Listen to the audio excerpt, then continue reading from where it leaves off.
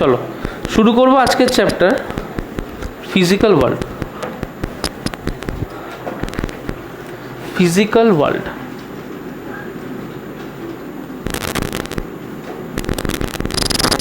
বলতো physical world কি, physics কি বলতো, ফিজিক্স কি, হোয়াট ইজ ফিজিক্স?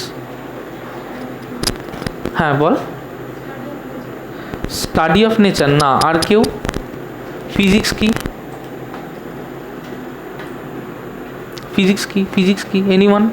ফিজিক্স কি? আচ্ছা বলতো ফিজিক্সে আমরা যখন পড়ি তখন আমরা কিছু ফিজিক্যাল লজ নিয়ে কাজ করি। কেমন ফিজিক্যাল লজ নিয়ে কাজ করি বলতো? কেমন ফিজিক্যাল লজ নিয়ে কাজ করি? তারা কি বডির স্ট্রাকচার চেঞ্জ নিয়ে আলোচনা করে? Do they discuss about the structure change of the body? না। Do they discuss about the chemical change of the body? না। So what do they discuss about? Physical change. তার মানে in physical world we will deal with those things that deal with physical change of a body. আর physical চেঞ্জের সাথে the laws governing the physical change, the laws governing the physical change of a body. তাহলে কথা বলবো physical change নিয়ে আর কথা বলবো the laws governing physical change নিয়ে। বাবু ম্যামের কাছে চলে যাও। ক্লিয়ার হয়েছে? Is that clear? আচ্ছা, নেক্সট হচ্ছে আমরা অলরেডি ডিসকাস করেছি বা জানি অ্যাবাউট সায়েন্টিফিক মেথড। কেউ বলতে পারবি what is scientific method? What is scientific method? Anyone? Scientific method. আচ্ছা বলতো, যখন ধরো আমি বলছি যে suppose force equals to mass into acceleration, এটা কি জাস্ট আমার একটা আইডিয়া থেকে বলছি? Force equals to mass into acceleration, এটা কি জাস্ট একটা আইডিয়া থেকে বলছি? ইজ ইট জাস্ট আইডিয়া, নাকি আমরা কোনো রিজিড ম্যাথামেটিক্যাল রিগার থেকে বলছি? ওটা কি এমনিই বলছি? আচ্ছা, তাহলে আমরা কী ছিলাম? তাহলে আমরা ছিলাম হচ্ছে এফ ইকুয়ালস টু, আমি কি এফ ইকুয়ালস টু এমিতে ডাইরেক্ট কনক্লুশনে চলে এসেছি? মানে আমি কি হঠাৎ করে বুঝে গেলাম যে force equals to mass into acceleration? তাহলে কী করে এই কনক্লুশনে এলাম যে force equals to mass into acceleration?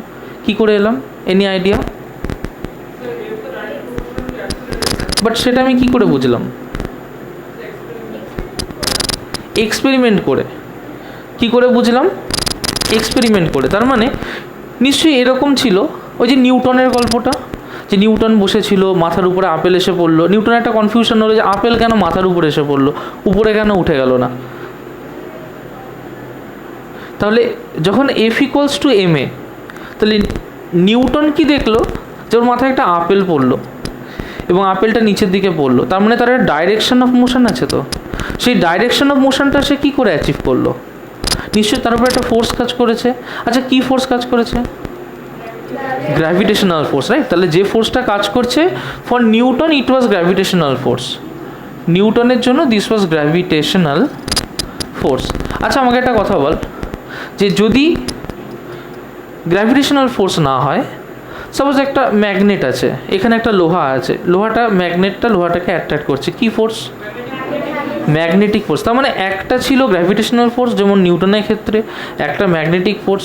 কিন্তু এই ফোর্স হোক বা অন্য ফোর্স হোক, যে কোনো মেকানিক্যাল ফোর্সের জন্য এফ ইকুয়ালস টু এম এটা ভ্যালিড, রাইট? তার মানে যখন F equals to M A valid হচ্ছে, আমি তো হট করে একটা কনক্লুশনে জাম্প করছি না। আমি প্রথমে একটা অবজারভেশন করছি যে আচ্ছা এরকম আপেল পড়লো। আচ্ছা, তারপরে আমি কি করছি?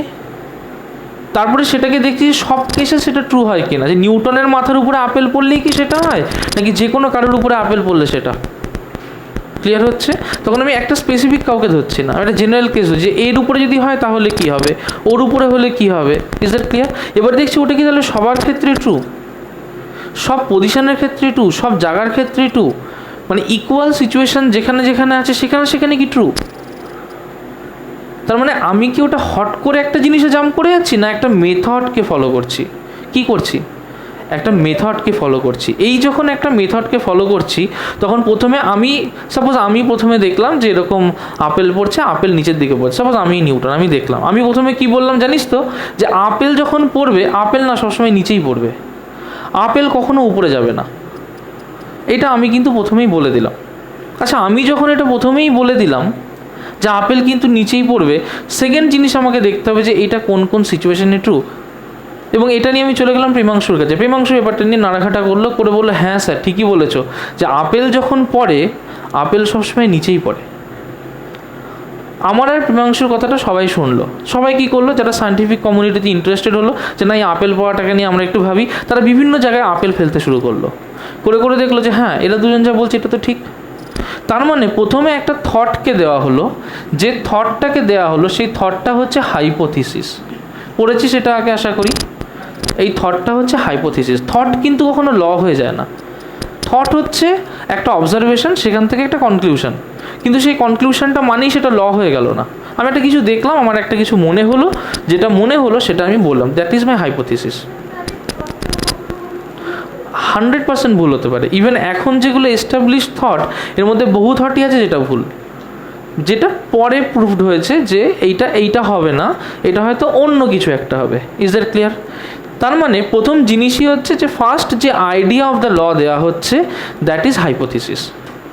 এইবার যখন হাইপোথিসিসটা পড়ে গেল, সেটার উপরে কি করবে, বাকি সায়েন্টিস্টরা কাজ করে যখন গোটা সায়েন্টিফিক কমিউনিটি দেখবে যে না, এটা সবকটা ক্ষেত্রে সবকটা সিচুয়েশানে ট্রু হচ্ছে, তখন সেটা হাইপোথিসিস থেকে হয়ে যাবে ল। তেমনই একটা প্রুভড ল হচ্ছে F = ma। Is that clear? কেউ বুঝতে পারিস নি এমন আছিস? একদম পরিষ্কার? ওকে। নেক্সট হচ্ছে আমরা পড়ব যে ফিজিক্সের কিছু ইম্পর্ট্যান্ট ব্রাঞ্চ যেগুলো আমাদেরকে জানতে হবে। কিছু ইম্পর্ট্যান্ট ব্রাঞ্চ, কেউ বলতে পারবি some important branches of physics? তো আমি এখন কি করছি, এখন ছোটোবেলা থেকে ক্লাস 10 অবধি শুধু ফিজিক্সই পড়েছি, আবার 11-12 এসেও কী দেখছি, সেই ফিজিক্সই পড়ছি। কিন্তু আফটার 11-12 যখন আমি ফিজিক্স নিয়ে ভাববো, তখন শুধু ফিজিক্স থাকবে না, ফিজিক্সের ছোটো ছোটো ব্রাঞ্চেস হয়ে যাবে। যেমন একটা ব্রাঞ্চ অফ ফিজিক্স হচ্ছে মেকানিক্স। কেউ শুনেছি সেটা? মেকানিক্স মানে কি, একটা ব্রাঞ্চ অফ ফিজিক্স যেটা মোশনকে নিয়ে ডিল করে, মেইনলি মোশনকে নিয়ে ডিল করে। একটা বডি মুভ করছে, কীভাবে মুভ করছে, তার অ্যাক্সিলারেশন কী হচ্ছে, তার টাইম কীভাবে চেঞ্জ হবে, পজিশন কীভাবে চেঞ্জ হবে, ইত্যাদি ইত্যাদি, তার এই জিনিসগুলোকে নিয়ে যে ডিল করে, দ্যাট ইজ মেকানিক্স। নেক্সট হচ্ছে একটা পোর্শন আছে ইলেকট্রোস্ট্যাটিক্স কী নিয়ে ডিল করে? কোনো charge which is at rest, তাকে মাসগুলো খুলে ফেলবি, কোনো charge which is at rest তাকে নিয়ে ডিল করে। Is it clear? মাস্কটা খুলে ফেলবি বাবা। হ্যাঁ। নেক্সট হচ্ছে কারেন্ট ইলেকট্রিসিটি। বলতো এটা কাকে নিয়ে ডিল করে? হ্যাঁ, এটা মুভিং চার্জকে নিয়ে ডিল করে। আচ্ছা বলতো ম্যাগনেটোস্ট্যাটিক্স এটা কাকে নিয়ে ডিল করে? Fixed magnetic field. আচ্ছা বলতো অপটিক্স কাকে নিয়ে ডিল করে? গুড। তার মানে যে এইগুলো হচ্ছে কি, these are different branches of physics, right? এই যে ডিফারেন্ট ব্রাঞ্চেসগুলো রয়েছে, এই ব্রাঞ্চেসগুলো কি করবে, এইগুলো মানে এটা আরও ব্রাঞ্চ আছে, নিউক্লিয়ার ফিজিক্স আছে, যেরকম মডার্ন ফিজিক্স আছে, অ্যাটমিক ফিজিক্স আছে, অনেক ব্রাঞ্চ আছে। এই ব্রাঞ্চগুলো আমরা যত ফিজিক্সে হায়ার লেভেলে উঠবো, তত আমরা এই ব্রাঞ্চগুলোর ব্যাপারে জানতে পারবো, এবং অ্যাজ ইউজুয়াল আমরা সেই ব্রাঞ্চগুলোকে নিয়ে পড়তে পারবো। মানে তখন কি হচ্ছে, ফিজিক্স ধীরে ধীরে ডিভাইডেড হয়ে যাচ্ছে। তোদের ক্লাস 11-এ তোরা যেটা নিয়ে পড়বি সেটা হচ্ছে মেইনলি মেকানিক্স পড়বি। মেকানিক্সের মেইনলি দুটো পোর্শন পড়বি, তার সাথে পড়বি হিট অ্যান্ড থার্মোডিনামিক্স, তার সাথে পড়বি ওয়েভস অ্যান্ড অসিলেশনস। তাহলে মেকানিক্স পড়বি, হিট অ্যান্ড থার্মোডিনামিক্স পড়বি, ওয়েভস অ্যান্ড অসিলেশন পড়বি। যখন তুই 12-এ উঠে যাবি, তখন মেনলি তুই পড়বি electrostatics, current electricity, magnetostatics, electromagnetic induction, alternating current, optics, modern physics, atomic physics, semiconductor physics. বুঝতে পেরেছিস? তার মানে তোর 12-এ তুই যখন উঠে যাবি, তোকে কিন্তু আরও বেশি ভ্যারাইটি পড়তে হবে কম্পেয়ার টু তুই যখন ক্লাস 11-এ আছিস। Is that clear? প্রোভাইডেড এই যে মেকানিক্সটা একটা লাইন লিখেছি, এটা কিন্তু অনেকটাই বড়, মানে তোদের টোটাল ভলিউম 1 পুরোটা প্লাস ভলিউম 2-র একটা বড় অংশ রয়েছে। ডান? চলো, আচ্ছা বলতো ফিজিক্সে কিছু বেসিক ফোর্সেসের নাম বলতো।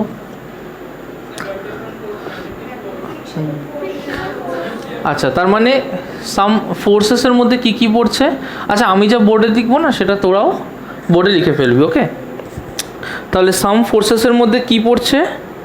পড়ছে হচ্ছে যেমন তোর frictional force,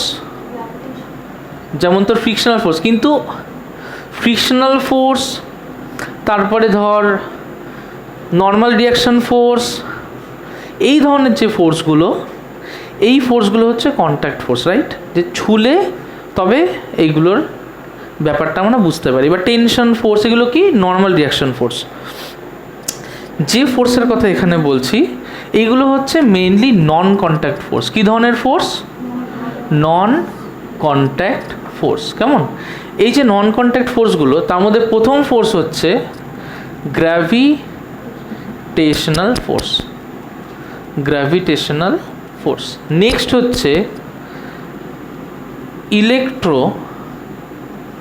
electromagnetic force. Next হচ্ছে উইক নিউক্লিয়ার ফোর্স, তারপরে স্ট্রং নিউক্লিয়ার ফোর্স। ফার্স্টে গ্র্যাভিটেশনাল ফোর্স। বলতো গ্র্যাভিটেশনাল ফোর্স কি? Anyone? What is gravitational force? From the gravity না, আর কেউ? What is gravitation? গুড। তার মানে when there are two bodies having mass and they are separated by a distance. কটা body? দুটো body যাদের mass আছে and they are separated by distance, আর তাদের মধ্যে ডিস্টেন্সটা যদি আর হয় তখন এদের মধ্যে একটা গ্র্যাভিটেশনাল ফোর্স কাজ করে। তার মানে গ্র্যাভিটেশনাল ফোর্স কি যে কোনো দুটো বডি যার মাস আছে তার মধ্যে কাজ করবে? তার মানে ধর এই যদি আমার একটা পেন হয় আর এই যদি আমার আরেকটা পেন হয়, তাহলে এদের মধ্যে কি গ্র্যাভিটেশনাল ফোর্স কাজ করবে? করবে না? করবে। তার মানে যে কোনো দুটো বডি, এনি টু বডি যাদের মাস আছে, কি বললাম? এনি টু বডি যাদের মাস আছে, হু হ্যাজ মাস, তাদের মধ্যেই কিন্তু গ্র্যাভিটেশনাল ফোর্স অ্যাক্ট করবে, রাইট? এবার ধর যখন আমরা আর্থের উপরে দাঁড়িয়ে আছি, আর্থ তো আমাদেরকে পুল করছে, তাহলে আর্থের পুলে আমরা নিশ্চয়ই নিচের দিকে যাওয়ার চেষ্টা করছি, তাহলে নিশ্চয়ই আমাদের উপরে একটা গ্র্যাভিটেশনাল ফোর্স কাজ করছে। তাহলে আর্থ যদি আমাকে পুল করতে পারে বা আর্থ যদি এই বডিটাকে পুল করতে পারে, তাহলে এই বডিটাকে পুল করে কেন কাছে আসছে না? কথাটা বুঝতে পেরেছিস? যে আমি আর্থের উপরে দাঁড়িয়ে থাকি, আর্থ তো আমাকে পুল করছে, তাহলে আর্থ আমাকে পুল করছে, আর্থ তো এই বডিটাকেও পুল করছে, তাহলে আর্থ তো দুজনকেই পুল করছে। তাহলে যদি আর্থ দুজনকেই পুল করে, তাহলে এ নিচে নামছে কিন্তু এরা একে অপরের কাছে কেন আসছে না? হ্যাঁ, আচ্ছা বড় বলবো না, বলবো মোর ম্যাসিভ। তাহলে আর্থের তো অনেক বড় ভলিউম, তার মানে অনেক বড় ভলিউম মানে কি? তার অনেক বেশি মাস। যদি তার অনেক বেশি মাস থাকে, তাহলে সে যে ফোর্স দিয়ে পুল করতে পারবে, যার মাস কম, সে কি সেম ফোর্স দিয়ে পুল করতে পারবে? ক্লিয়ার হয়েছে? তাহলে যে মোর ম্যাসিভ বডি সে কি করতে পারবে? বেটার পুল করতে পারবে। যে মোর ম্যাসিভ নয়, ছোট, সে তো কম পুল করবে। তার মানে gravitation between two small bodies নিশ্চয়ই লেস হবে একটা বড় বডির গ্র্যাভিটেশনের থেকে। ক্লিয়ার? ওকে, আচ্ছা নেক্সট চলে আসি ইলেকট্রোম্যাগনেটিক ফোর্স। ইলেকট্রোম্যাগনেটিক ফোর্সের মধ্যে না দুটো পোর্শন আছে, অ্যাকচুয়ালি তিনটে পোর্শন আছে।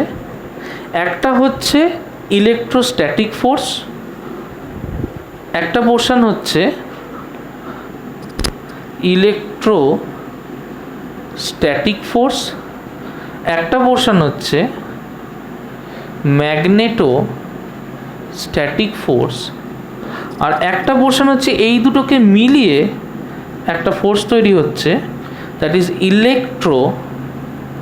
Electromagnetic force. Is that clear? তাহলে কটা ফোর্স হচ্ছে? একটা হচ্ছে ইলেকট্রোস্ট্যাটিক ফোর্স, একটা ম্যাগনেটোস্ট্যাটিক ফোর্স আর একটা হচ্ছে ইলেকট্রোম্যাগনেটিক ফোর্স।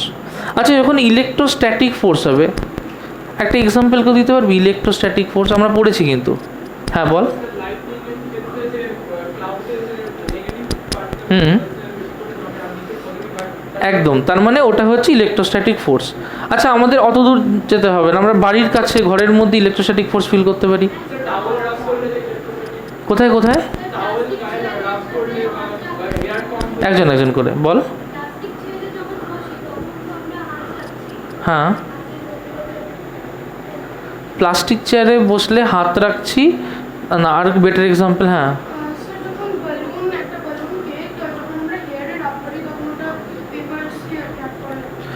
মানে একটা বেলুনকে যখন আমরা হেয়ারে রাব করছি। আচ্ছা, যখন একটা বেলুনকে হেয়ারে রাব করছি কি হচ্ছে? ফ্রি ইলেকট্রনসগুলো ব্রেক হয়ে যাচ্ছে। তাহলে ফ্রি ইলেকট্রনসগুলো ব্রেক হয়ে কি হচ্ছে? অ্যাবসলিউটলি। তার মানে দুটো জিনিস হতে পারে, আইদার আমার চুল থেকে ইলেকট্রন ব্রেক করে বেলুনে আসতে পারে, আর নয়তো বেলুন থেকে ইলেকট্রন ব্রেক করে চলে যেতে পারে। দুটোই পসিবল কিন্তু। বোঝা গেল? ডিপেন্ড করছে কার অ্যাফিনিটি কেমন। কেউ যদি ইলেকট্রন ইজিলি লুজ করতে পারে তাহলে সে ইলেকট্রন ছেড়ে দেবে। কেউ যদি ইলেকট্রন ইজিলি লুজ করতে না পারে তাহলে সে ইলেকট্রন লুজ করবে না, তাহলে অন্য যে সামনে আছে সেই ইলেকট্রন লুজ করবে। ক্লিয়ার হয়েছে? যদি ইবোনাইট রড আর ফার রাব করি তাহলে কে পজিটিভ কে নেগেটিভ হবে, যদি ফার আর গ্লাস রাব করি ব্যাপারটা সেম হবে না। ক্লিয়ার হয়েছে? যে ইলেকট্রন তাড়াতাড়ি ছাড়তে পারবে তার থেকে ইলেকট্রনটা যার কাছে যাবে সে বেশি ইলেকট্রন গেইন করে যাবে। Is that clear? তার মানে পুরো গল্পটাই হয় হচ্ছে কিছু ফ্রি ইলেকট্রনসের জন্য। আর এই ফ্রি ইলেকট্রনসগুলোর কি হয়? সাপোজ আমার এখানে একটা মেটেরিয়াল আছে, মেটেরিয়াল এক্স, এখানে একটা মেটেরিয়াল আছে, material Y. Clear? Suppose X can easily lose electron, তাহলে যদি এদের দুজনকে রাব করা হয় এই ইলেকট্রনটা কোথায় যাবে? ওয়াইয়ের উপরে চলে যাবে। যদি এখান থেকে ইলেকট্রন ওয়াইয়ের উপরে চলে যায়, আমাকে প্রথম কথা বল যে এক্স থেকে ইলেকট্রন ওয়াইয়ে চলে গেলে তাহলে ওয়াইয়ের নাম্বার অফ ইলেকট্রনস তো বেড়ে যাচ্ছে। তাহলে ওয়াইয়ে যদি নাম্বার অফ ইলেকট্রনস বেড়ে যায় তাহলে ওয়াই কি মোর ইলেকট্রোনেগেটিভ হয়ে যাচ্ছে না? তার মানে ওয়াই যদি মোর ইলেকট্রোনেগেটিভ হয়ে যায় তাহলে এক্স থেকে তো ইলেকট্রন চলে গেছে ওয়াইতে, তাহলে এক্স কি হবে? ইলেকট্রোপজিটিভ। তার মানে x will behave like a positively charged substance. Concept clear হয়েছে? তার মানে গল্পটা খুব সোজা, যে এক্স আছে ওয়াই আছে, এক্স আর ওয়াইকে রাব করলাম। X can easily lose electron, X যখন ইলেকট্রন লুজ করবে ও লুজ করে কাকে দেবে? ওয়াইকে দেবে, কারণ ইলেকট্রন তো হারিয়ে যেতে পারে না। ইলেকট্রন লুজ করে কাকে দেবে? ওয়াইকে দেবে। তার মানে ওয়াইয়ের ইলেকট্রন এক্সেস হয়ে গেল, তাহলে ওয়াই কী হয়ে যাবে? মোর ইলেকট্রোনেগেটিভ। এক্স কী হয়ে যাবে? মোর ইলেকট্রো পজিটিভ। একদম ক্লিয়ার? কোনো কনফিউশন আছে? ডান? চলো। আচ্ছা, এটা গেল ইলেকট্রোস্ট্যাটিক ফোর্স। নেক্সট হচ্ছে ম্যাগনেটোস্ট্যাটিক ফোর্স। কেউ এক্সাম্পল দিতে পারবে? ম্যাগনেটোস্ট্যাটিক ফোর্স।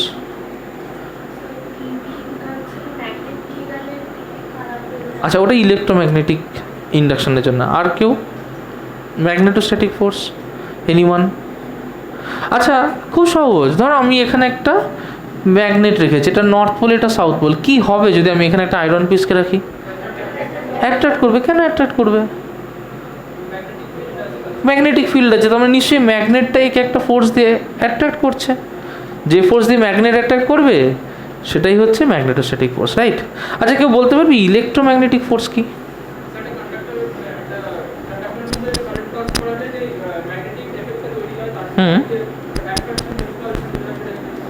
আচ্ছা, সব থেকে সহজ এক্সাম্পল হচ্ছে একটা সোলেনয়েড।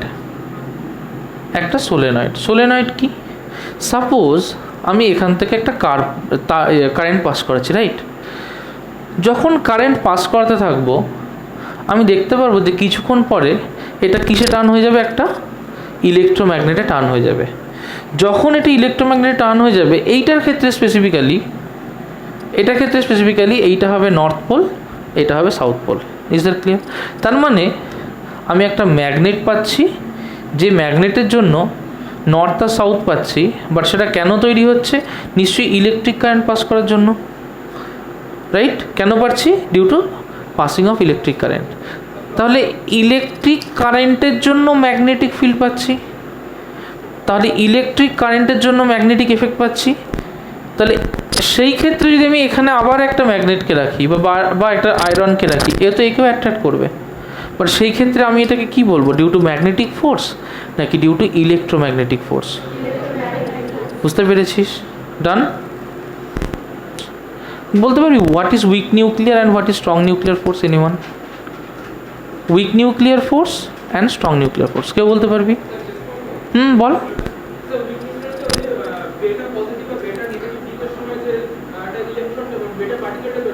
হ্যাঁ একদম। আর স্ট্রং নিউক্লিয়ার?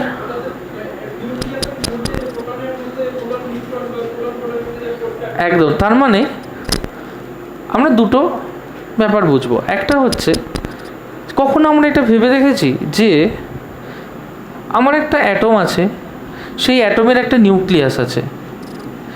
বলতে পারবি নিউক্লিয়াসের মধ্যে কি থাকে? এটা আমার নিউক্লিয়াস, কি থাকে? Proton and neutron. আচ্ছা আমার একটা কথা বল, যদি আমার এখানে একটা পজিটিভ চার্জ থাকে, এখানে একটা নেগেটিভ চার্জ থাকে, এখানে আরেকটা পজিটিভ চার্জ থাকে, কে অ্যাট্রাক্ট করবে আর কে রিপেল করবে? তাহলে নেগেটিভটা কী হবে, অ্যাট্রাক্টেড না রিপেলড?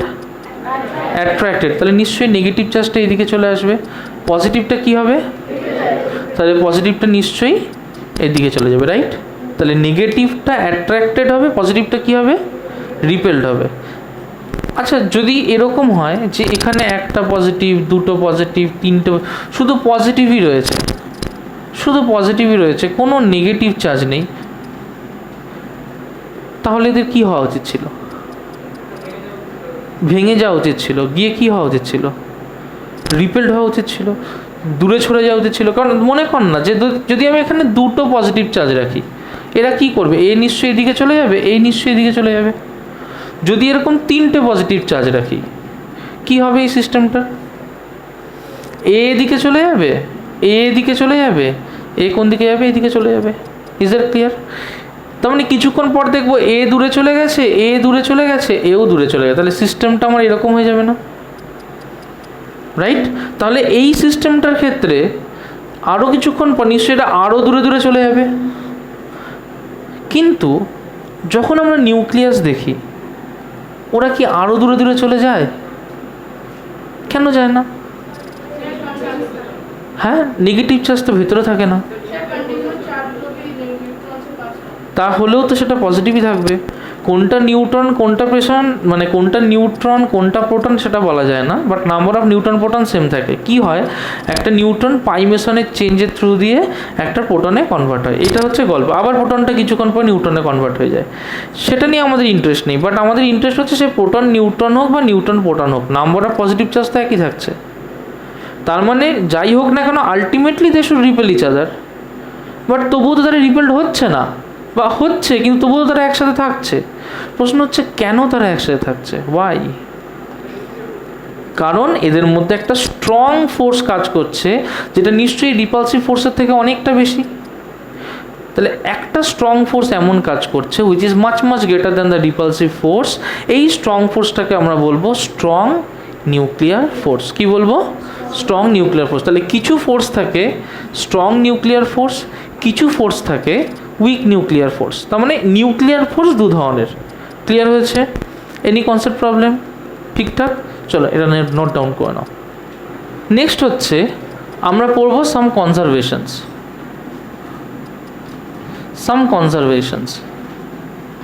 আচ্ছা, ফার্স্ট কনজারভেশন হচ্ছে কনজারভেশন অফ মেকানিক্যাল এনার্জি। বলতে পারবি how is mechanical energy conserved? Anyone?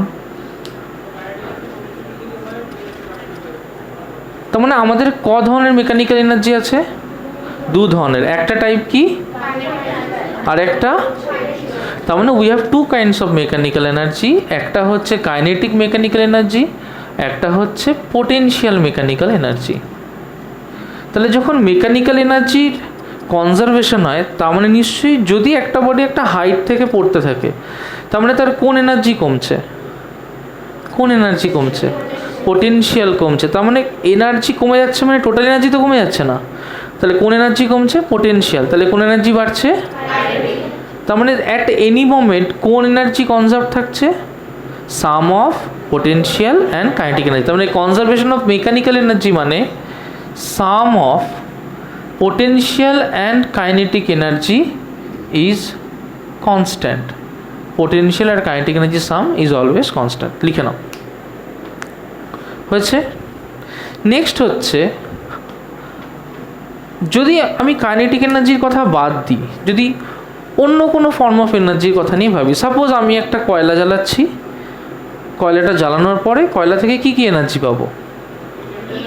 Hit energy পাবো আর লাইট এনার্জি পাবো। আচ্ছা, প্রশ্ন হচ্ছে তাহলে কোলকে যখন আমি বার্ন করছি তাহলে আমি কোন এনার্জিকে কনভার্ট করছি? Chemical energy. সেখান থেকে কি কি এনার্জি পাচ্ছি? তাহলে কেমিক্যাল এনার্জি থেকে আমি পাচ্ছি হিট এনার্জি আর কি এনার্জি? Light energy. প্রশ্ন হচ্ছে, যখন কেমিক্যাল থেকে হিট আর লাইট এনার্জি পাচ্ছি তখন আমার একটা কনভার্সন হচ্ছে, বাট সেই কনভার্সনেও কি আমার টোটাল এনার্জি কনজার্ভ থাকবে? যেমন ধর আমি কাইনেটিক থেকে পোটেনশিয়ালে যাচ্ছি বা পোটেনশিয়াল থেকে কাইনেটিকে আসছি, আমার টোটাল এনার্জি কনজার্ভ থাকছে।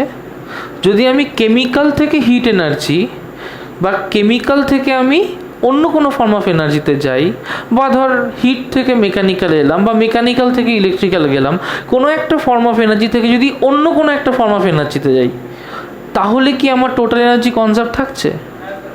তার মানে যে কোনো সার্কামস্ট্যান্সই হোক না কেন, ফর অ্যান আইসোলেটেড সিস্টেম, লিখে নাও, for an isolated system total energy is conserved.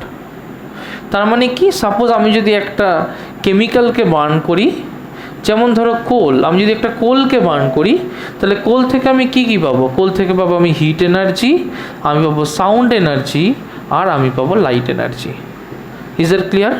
তার মানে কেমিক্যাল এনার্জি থেকে কি কি পাবো? Hit energy, sound energy, light energy. এখানে ঠিক যতটুকু এনার্জি থাকবে সেম অ্যামাউন্টের এনার্জি আমি এখানেও পাবো। Is it clear? So energy is always conserved. লিখে নাও, ফর অ্যান আইসোলেটেড সিস্টেম। আচ্ছা বলতো, এখানে আইসোলেটেড সিস্টেম কেন বলেছে? Why isolated? হ্যাঁ না, আইসোলেটেড মানে কি? এনিওয়ান? আইসোলেটেড মানে separated from any other kind of force আর ইন্টারাকশন। তার মানে ধর আমি স্পেসের কোনো এক কোনায় একটা এনার্জি কনভার্সন করছি, সেইখানে কি তাহলে টোটাল এনার্জি কনজার্ভ থাকবে? থাকবে। যদি আইসোলেটেড না হতো কি সমস্যা হতো? সাপোজ আমি এখানে করছি, এখানে আমার সেম থাকবে না। কেন বলতো? সবসময় ওর উপরে একটা লাইট এনার্জি এসে পড়ছে, সবসময় ওর উপরে একটা সাউন্ড এনার্জি এসে পড়ছে, সবসময় হয়তো হাওয়া বয়ে যাচ্ছে, তাহলে কিছুটা মেকানিক্যাল এনার্জি এসেও পড়ছে। তার মানে এখানে আরও কিছু কিছু ইনফ্লুয়েন্স কিন্তু ওর উপরে হতে পারে, বাট সেটা কিন্তু আইসোলেটেড সিস্টেমের ক্ষেত্রে হবে না। বোঝা গেছে? চলো লিখে নাও। So for an isolated system total energy is conserved. For an isolated system total energy is conserved. Okay, চলো নেক্সট হচ্ছে conservation of mass and energy. এই রিলেশনটা আইনস্টাইনের কেউ জানিস? খুব E = mc²। তার মানে conservation of mass and energy কি আছে এখানে? E = mc²। কি বলে এটা? কার রিলেশন? কার রিলেশন এটা? আইনস্টাইন। এই রিলেশনটার একটা নাম আছে, কি নাম বলতো? এটার নাম হচ্ছে আইনস্টাইনস মাস এনার্জি ইকুইভ্যালেন্স রিলেশন। এটার নাম কি? আইনস্টাইনস মাস এনার্জি ইকুইভ্যালেন্স রিলেশন। তাহলে E = mc², এটা কি বলে বলতো? এনিওয়ান?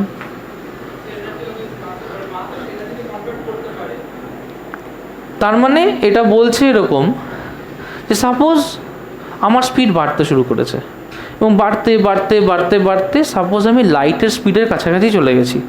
তা যদি আমি লাইটের স্পিডের কাছাকাছি চলে যাই তাহলে আমার কি মাসটা এরকমই থাকবে, নাকি মাসটা ধীরে ধীরে অন্য কোনো ফর্মে কনভার্ট হয়ে যাবে? মানে ধর আমি যখন বাইক চালাচ্ছি, আমি 5 মিটার/সেকেন্ডে বাইক চালাচ্ছি, তাতে কিছু যায় আসে না। কিন্তু যখন আমি বাইকটা লাইটের স্পিডে চালাবো, যদি চালাই, তখন আমি আর মাস থাকবো না। বোঝা যাচ্ছে? তখন আমি কি হব? আমি কনভার্টেড হয়ে যাব। আমি কিসে কনভার্টেড হয়ে যাব? আমি এনার্জিতে কনভার্টেড হয়ে যাব। বোঝা গেল? ফর এক্সাম্পল ইউরেনিয়াম, আমরা যে অ্যাটম বোমটা বানাই কী দিয়ে বানানো হয়? ইউরেনিয়াম 235-92 পড়েছি আমরা ক্লাস 10-এ। তাহলে ওখানে আমরা পড়েছি একটা মাস ডিফেক্ট থাকতো, যে কম্বাইন করার পরে একটা মাস কম পাওয়া যেত। সেই মাসটা গেল কোথায়? সেই মাসটা নিউক্লিয়ার এনার্জিতে কনভার্ট হয়ে গেছে। তার মানে মাসও কিন্তু কনজার্ভ থাকে এনার্জি হিসেবে। মাস মানে কিন্তু মাস হিসেবেই শুধু কনজার্ভ থাকবে এমনটা নয়, আবার এনার্জি মানে যে এনার্জি হিসেবেই কনজার্ভ থাকবে এমনটা নয়। যখন ভেলোসিটি অফ লাইট রিচ করে যাব আমরা, তখন কিন্তু মাস এনার্জি হিসেবেও কনজার্ভ থাকতে পারে। Is that clear? তাই এটাকে বলা হয় মাস এনার্জি ইকুইভ্যালেন্স রিলেশন, যে মাস আর এনার্জি যে ইকুয়াল। কীভাবে ইকুয়াল? ইকুয়ালস টু mc² হিসেবে ইকুয়াল। ডান? চলো, এইটুকু আমরা বুঝেছি। নেক্সট হচ্ছে আমরা করব conservation of momentum. Conservation of momentum, conservation of momentum. Example দিতে পারবি কেউ কনজারভেশন অফ মোমেন্টামের? কনজারভেশন অফ মোমেন্টামের example anyone? Conservation of momentum, হ্যাঁ বল।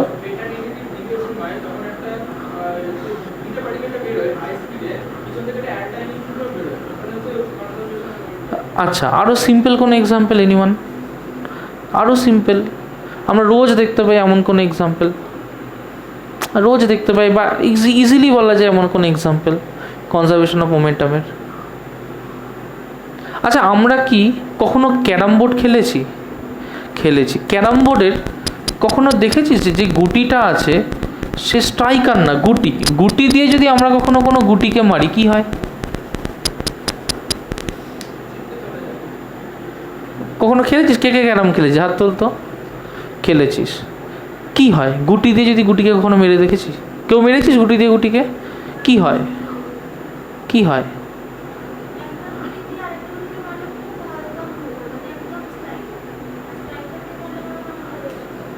এরকম হয় যে এই গুটিটা, ধর এটা গুটি এ, এটা গুটি বি। যখন গুটি এটা গুটি বিকে গিয়ে মারে, তখন গুটি বির জায়গায় গুটি এ দাঁড়িয়ে যায়। ক্লিয়ার হলো?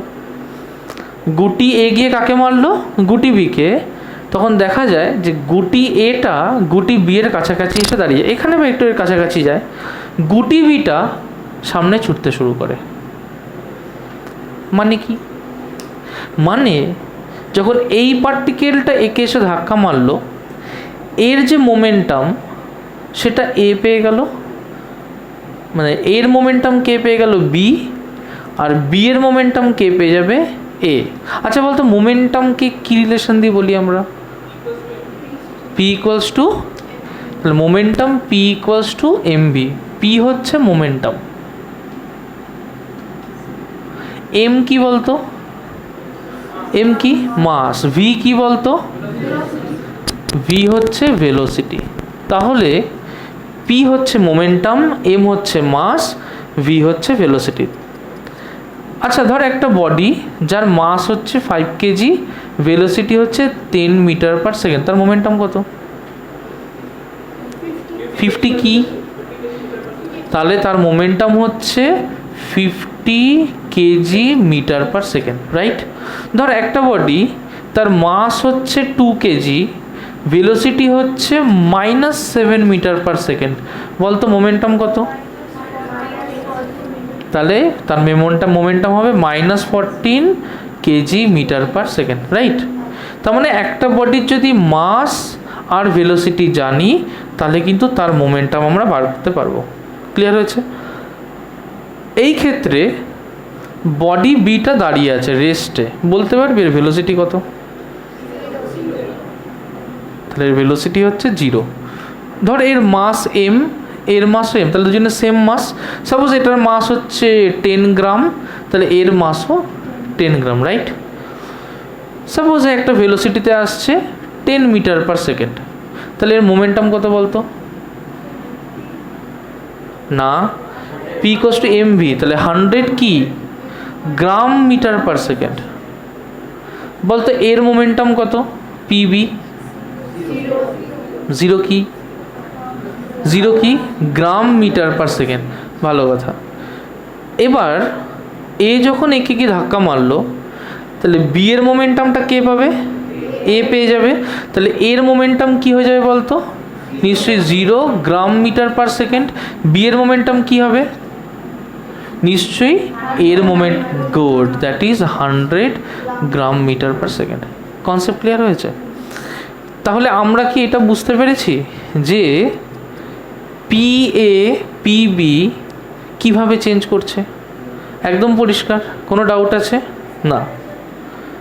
হ্যাঁ, আরেকবার, এই যখন দুটো বডি একটা অপরের সাথে ধাক্কা মারে তাদের মধ্যে মোমেন্টাম কনজার্ভ। আচ্ছা, আরও সহজ এক্সাম্পল দিচ্ছি। এটা হয়ে গেছে তো, আরেকটা এক্সাম্পল দিচ্ছি। আচ্ছা, কে কে টিভিতে দেখেছিস যে বন্দুক চালানো হয়? বন্দুক চালানো হচ্ছে, শটগান চালানো হচ্ছে, দেখেছিস? আর যখন শটগান চালানো হয় তখন এরকম হয় নাকি এরকম হয়ে যায়? পেছন দিকে হয়ে যায়। কেন হয়? কেন হয়? কেন পেছন দিকে যায়? মনে কর এইটা হচ্ছে আমার একটা বন্দুক, রাইট? দিস ইজ আ গান। তাহলে গানের তো একটা মাস আছে। সাপোজ এই গানের মাসটা হচ্ছে 100 গ্রাম। কত মাস? সাপোজ এখান থেকে একটা বুলেট ফায়ার করছি আমি, যে বুলেটটা এইদিকে যাচ্ছে, সাপোজ এই বুলেটের মাস হচ্ছে সাপোজ 10 গ্রাম। যখন বুলেটটা ফায়ার করিনি তখন বলতে পারবি যে এর টোটাল মাস কত ছিল?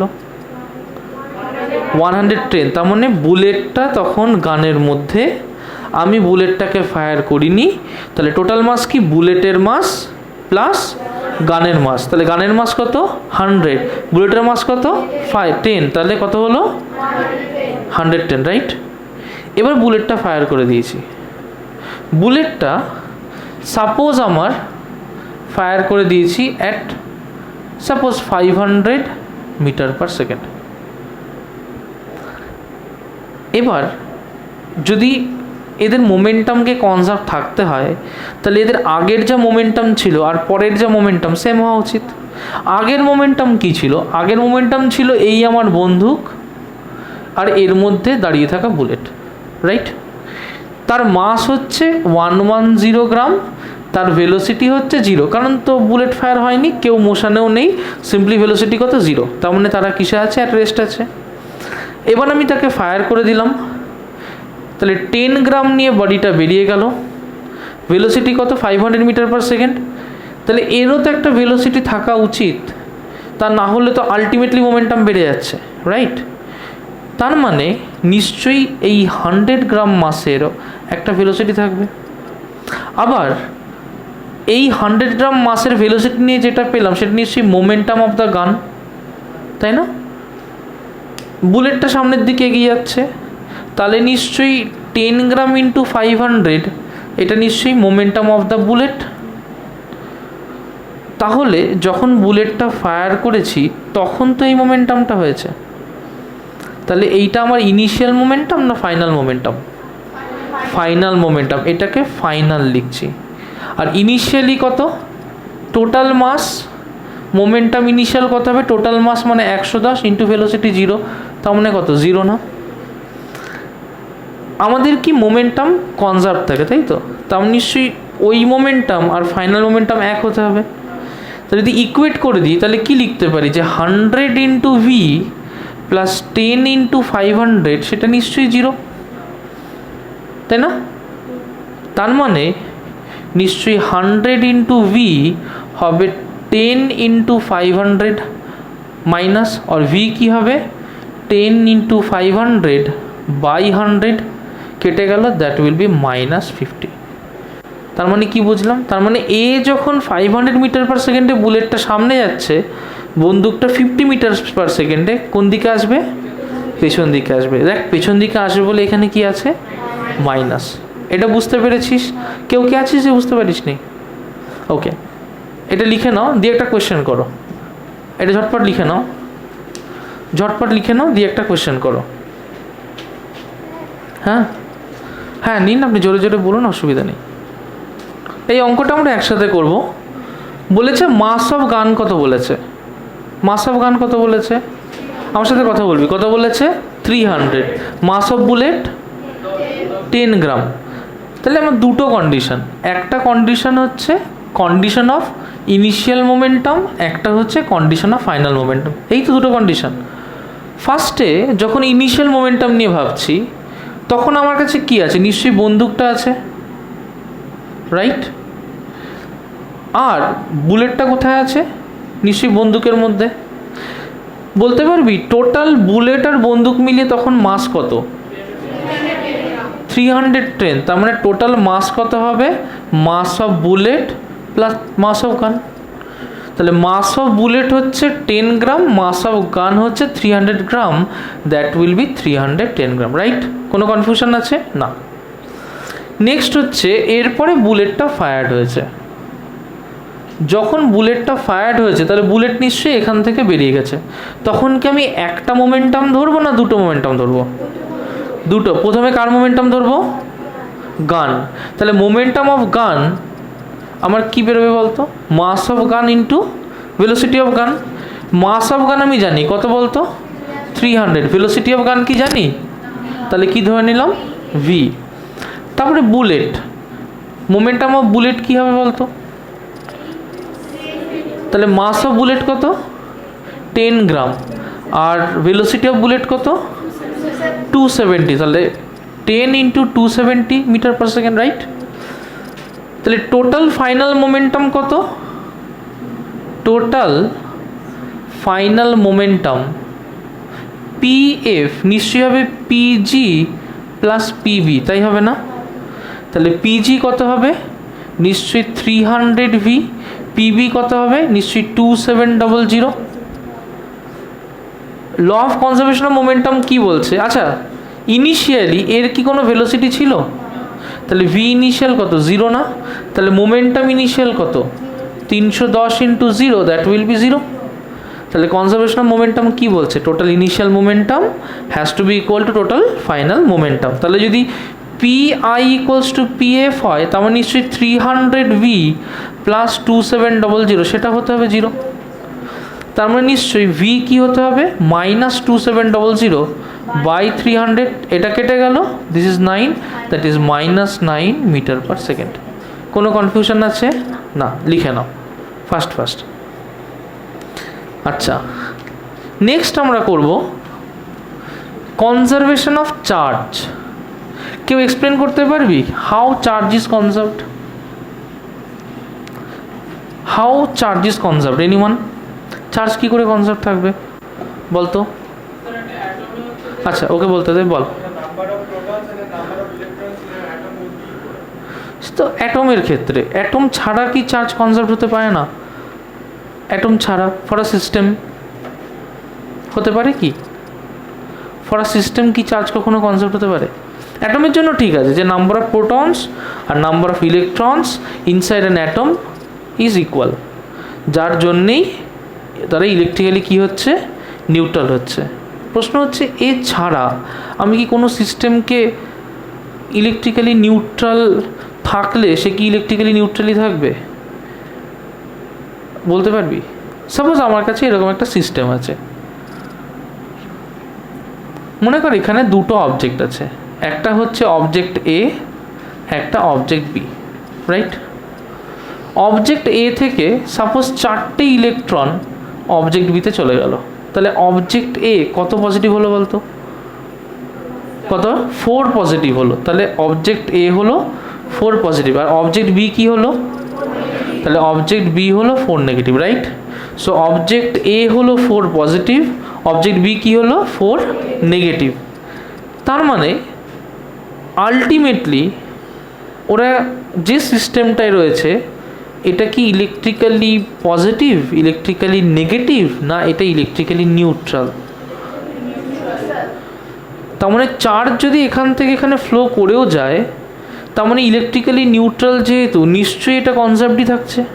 যদি কনজার্ভ না থাকতো তাহলে কি ইলেকট্রিক্যালি নিউট্রাল হতে পারতো? ক্লিয়ার হচ্ছে? আবার একটু করে করি। ধর এখানে আমার কাছে একটা বেলুন আছে, এই বেলুনের উপরে suppose I have 20 negative charges, 20 negative charge আছে। আমি কি করলাম যে এই বেলুনটাকে আমি কোনো একটা জায়গার সাথে অ্যাটাচ করে দিলাম। তাতে কি হলো, কিছু নেগেটিভ চার্জ ফ্লো করে এখানে চলে গেল। সাপোজ এখানে 7টা নেগেটিভ চার্জ কাটে, কটা গেছে? 7টা। তাহলে কি এখানে 20টাই থাকবে? কতগুলো থাকবে? 13টা। তার নিশ্চয়ই there will be 13 negative charges. তার মানে 7 negative charge will flow, 13 negative charges will remain back. আচ্ছা 7 পজিটিভ কি আদৌ হবে? এখানে তো শুধু নেগেটিভ চার্জই রেখেছি। ক্লিয়ার হয়েছে কথাটা? তাহলে যদি টোটাল 20 নেগেটিভ চার্জ হয়, সেখান থেকে 7 নেগেটিভ চার্জ চলে যায়, তাহলে 13 নেগেটিভ চার্জ পড়ে থাকে। তার কারণ হচ্ছে আমার টোটাল চার্জকে কিন্তু কনজার্ভডই রাখতে হবে। ক্লিয়ার হয়েছে? সাপোজ আমার একটা জায়গায় 3টে অ্যাটম আছে, 1টা 2টো 3টে অ্যাটম আছে। Is it clear? Suppose atom এতে 5টা পজিটিভ চার্জ আছে। সাপোজ অ্যাটম এ সাপোজ 5টা প্রোটন আছে, তাহলে 5টা ইলেকট্রন আছে। Is it clear? অ্যাটম বিতে সাপোজ 2টো প্রোটন আছে, তাহলে 2টো ইলেকট্রন আছে।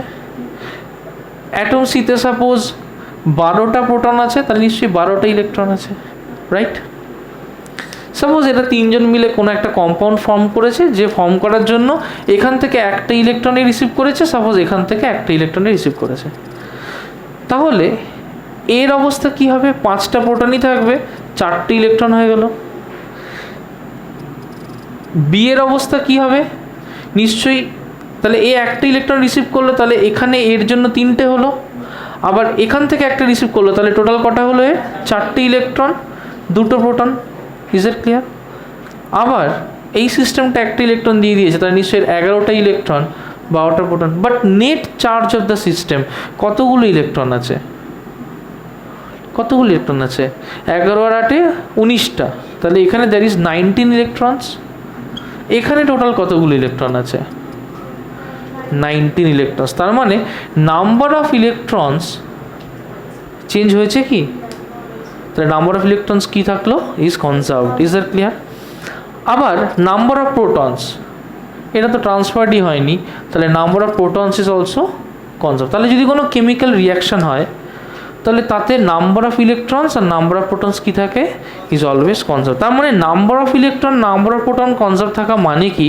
তার মানে নিশ্চয়ই number of charge is conserved. একদম পরিষ্কার হয়েছে? তার মানে when charge is conserved, then the number of electrons and the number of protons in the system will always be same before and after the reaction. Okay, note down করে নে। Next করব হচ্ছে unification theory. এটা একটু বুঝতে হবে। আজ থেকে মোটামুটি 200-300 বছর আগে, 1600 1700 ওই সময়ে ইলেকট্রিক ফোর্সকে মনে করা হতো যে ইলেকট্রিক ফোর্স শুধু ইলেকট্রিক ফোর্সই, তার সাথে ম্যাগনেটিক ফোর্সের কোনো লিঙ্ক নেই।